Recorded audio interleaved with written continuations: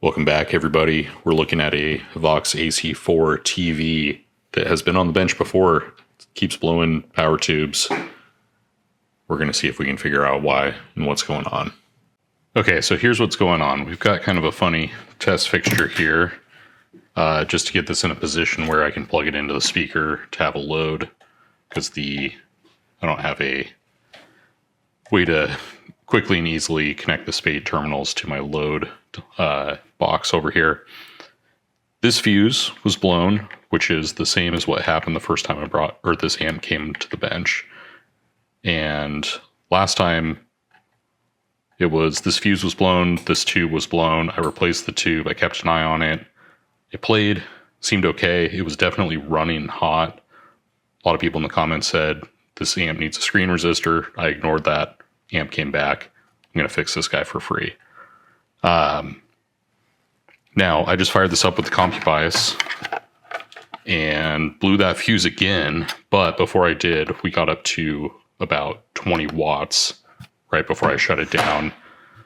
These tubes are rated for 12 watts. This is an EL84. So here's what's going on.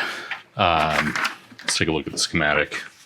Just talk about what we can do. But basically, something in this path is conducting too much current. Now, a lot of people were saying the way to fix this is to put a screen resistor in. So basically have a resistor between these 2 points. That would take some pretty major modification to this. Something that might be simpler but do the same thing that I'm going to try first is to take this 470R 3-watt resistor, and I'm basically going to double this to a 1K 5-watt to try to drop this voltage down, because I was seeing something like 400 volts on the plate at the same time all this happened, which I should have closer to like 317. None of these resistors are failed in a way where I would suspect a short circuit there or something. I'm also going to check out this capacitor if I have one on hand that I can replace. Let's see, that's a 220 microfarad at 63 volts. See if I have something high quality that I can throw in there for this.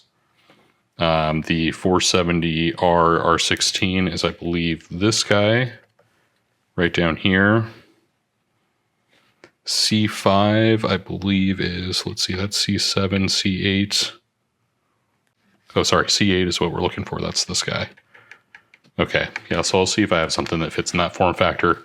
But we're going to throw a different tube in there, still monitor it with the CompuBias, and then change out that resistor to this nice 1K 5-watt. See if we can drop down our voltage hidden that tube and see if that helps things out.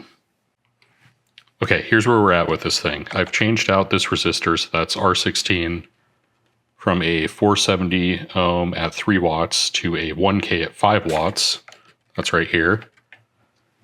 And we now are in a situation where we no longer have at our plates, we were seeing 450 volts and blowing the fuse, the high tension fuse. And we're now getting about, let's see, 354 volts. However, we are seeing, and I'll put a screenshot of this up from the CompuBias, but we're seeing about 56 milliamps of idle current going through the power tube, which puts it at just under 20 watts. Now, these tubes are rated for about 12 watts. In a single-ended amp, sometimes they get up to about 15, like on dynamic performance, but we want to shoot for something like 9 watts at idle so that it has wiggle room to get up to 12 watts as it's performing. So what we're going to do next, I'm going to try changing out this 220R, 220 ohm resistor with a 470 ohm. We do have some limitations here, though. You can see this is 10.2 volts at normal operation at this point.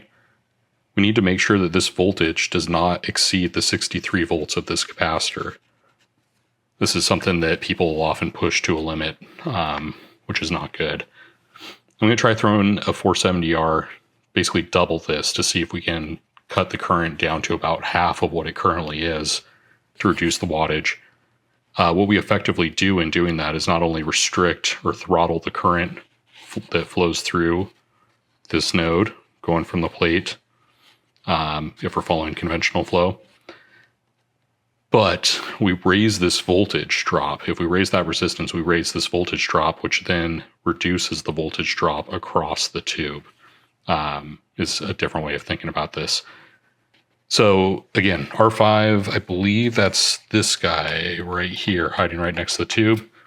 I'm going to find like another 5 watt or similar to this, something that'll withstand some power drop and some heat, and see if we can get that swapped out and then see where we're sitting. And basically we just need to adjust that. Now, I'm not sure if like this is how all these things operate or if this one's failing in some way, but basically just need to bias this tube. And that's how you do that in a single-ended amp. Okay, I'll get to soldering and then we'll check in with the compu bias, see what happens. All right, the high tension fuse was blown, so we're trying this again to see what we get here. Hoping for around 350 something volts here. Hoping for around upper teens to low 20s here. Something between 9 and 12 watts here. But let's see what we get.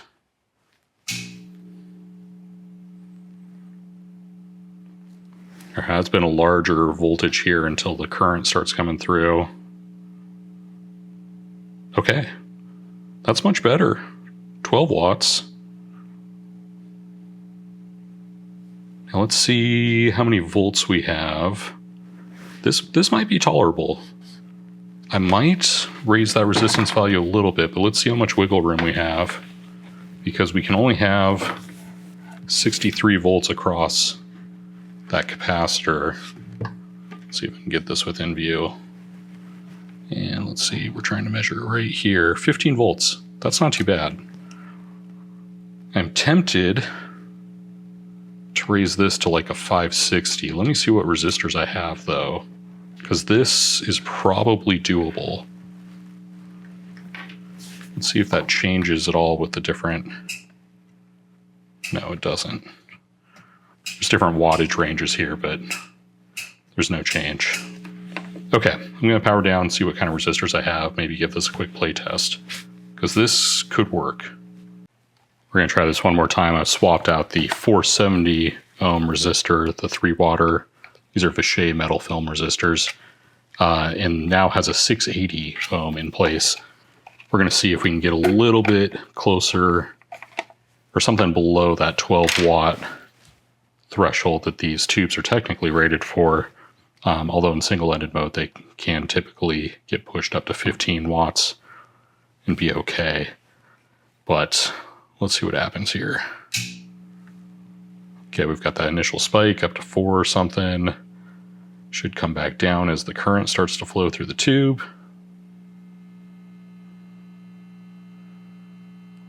Okay, that's more like what I want to see. 9.6 watts. Cool. I can live with that. Because we now have some wiggle room as the tube conducts to swing above and below this wattage and then stay within the tolerable wattage threshold for the tube. Okay, so I think this is our solution. So, to recap, we changed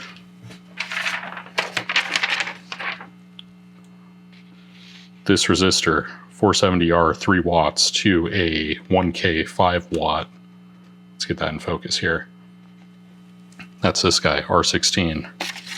Then to bias the tube, we changed this resistor, 220R 3 watt, to a 680 ohm 3 watt metal film. Now let's, just to be doubly sure, verify that we are not exceeding this voltage capacity of the capacitor. This is a 63 volt cap. We want to be ideally half that, if not less. Under a current, under the designated schematic, that should be 10.2 volts, which we had more than that just with the stock values in place when this thing was not behaving well. Let's see what we get now.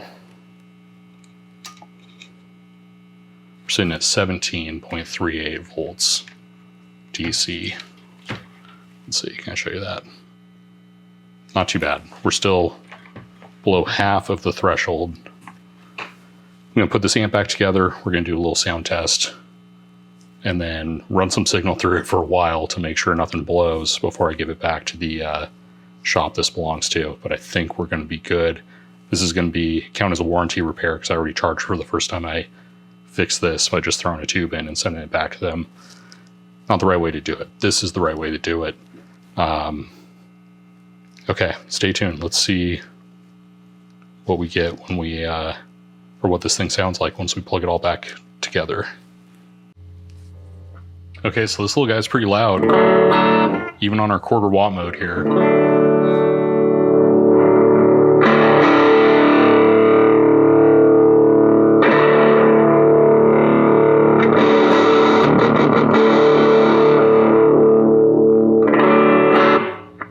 And you may recall from that other video, this power tube was like glowing on the grid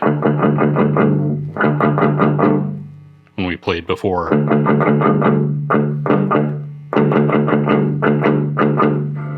But now it's fine.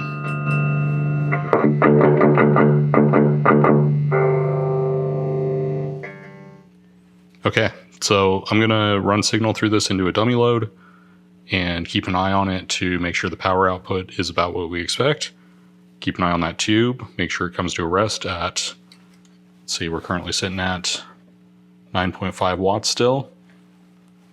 Still a little bit higher than what the stock values say, but I think this is going to be okay. All right, as always, thanks for watching. This was a funny one since we worked on this amp before and I took the shortcut, and now we're seeing the right way to do this, I think. But if any of you are out there that know better about these amps than I do, please let me know. Do not want to see this thing come back. I want it to go out and play some music. So, as always, thanks for watching. We'll see you on the next one.